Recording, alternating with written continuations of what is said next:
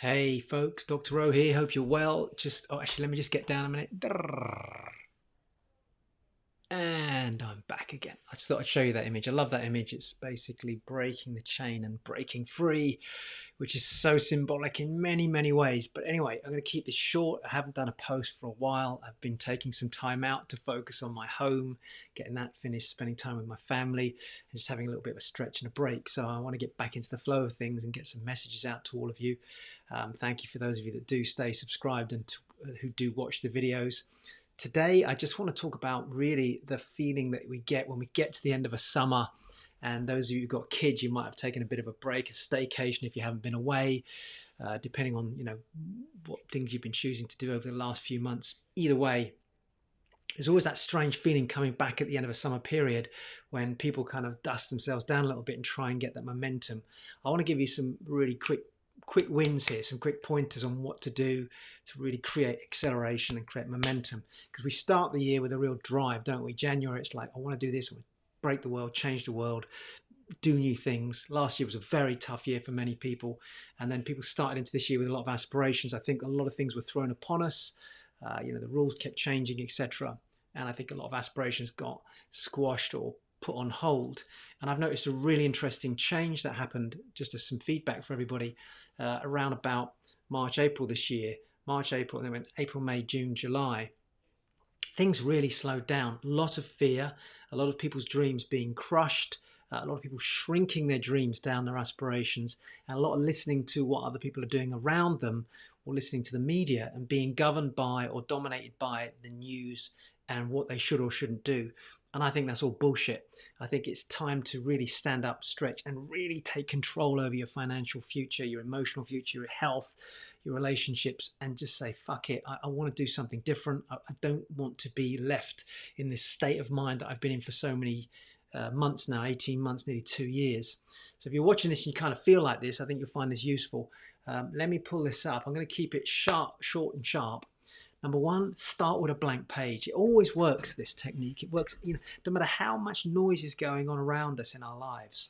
If I'm working one-to-one, personally mentoring or coaching somebody in this area, I'll literally sit them down and say, right, blank piece of paper. I want you to write down on paper what your aspirations were at the beginning of this year, maybe even the beginning of last year.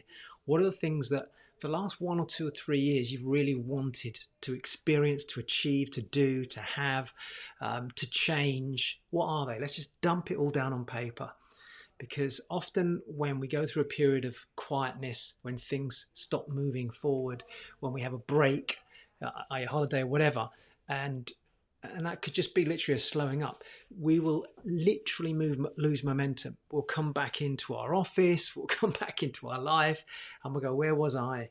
And you may have disconnected from some of the things that you wanted before. You may even not have the same desire that you had before. And that's genuinely true of most people.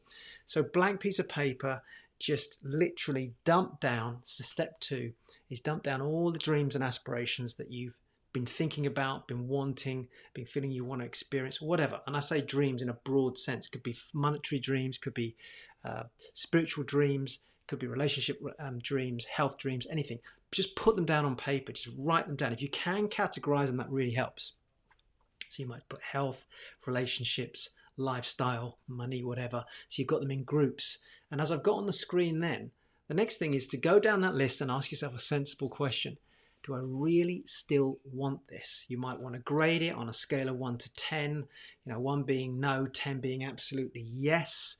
It could another could be just a traffic light system where you go red, no, amber, maybe green, yes, if you want to simplify it. But either way, you've got to traffic light it or you've got to grade it. This is absolutely vital because we're at that sort of weird period in the year where you want to get back in and get your flow going, but at the same time, we've only got 3-4 months left to the end of the year, haven't we? What have we got? We're in September, October, November, December.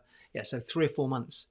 So there's not as much you can get in this time period as you might hope to. But equally, if you set your aspirations too much and too big between now and the end of the year and you don't achieve them, that might put you off going into next year. So we've really got to have a sensible approach to this. This is that classic looking and saying, right now for this year, what do I still want to achieve versus, you know what, I'm not so worried about that. And you park it into a next year, 2022 aspiration. Okay. Then the last thing is there anything you need to drop?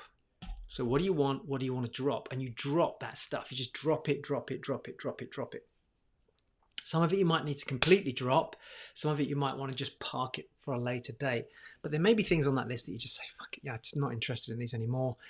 My aspirations have changed, and you park those things. And then finally, having done that exercise, which in itself is, it could take you 20, 30 minutes, could be an hour, hour and a half, 2 hours. This is a really important process, by the way, so don't underestimate the value of this. And then finally, it's just like, what do I do first? So you go, right, I've got however many months left to the end of the year. I've got 4 primary aspirations I still want to achieve this year. So for each of those areas, what is the first step? I'm not suggesting you try and build a whole plan right now. This is a quick exercise, but what would be one step you could start to get the momentum going again? Because remember, we're dusting down, we're reactivating, and we're moving forward.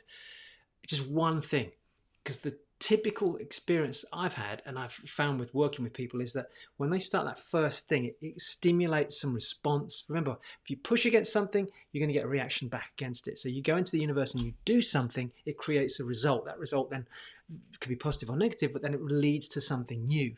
And then the steps start to form.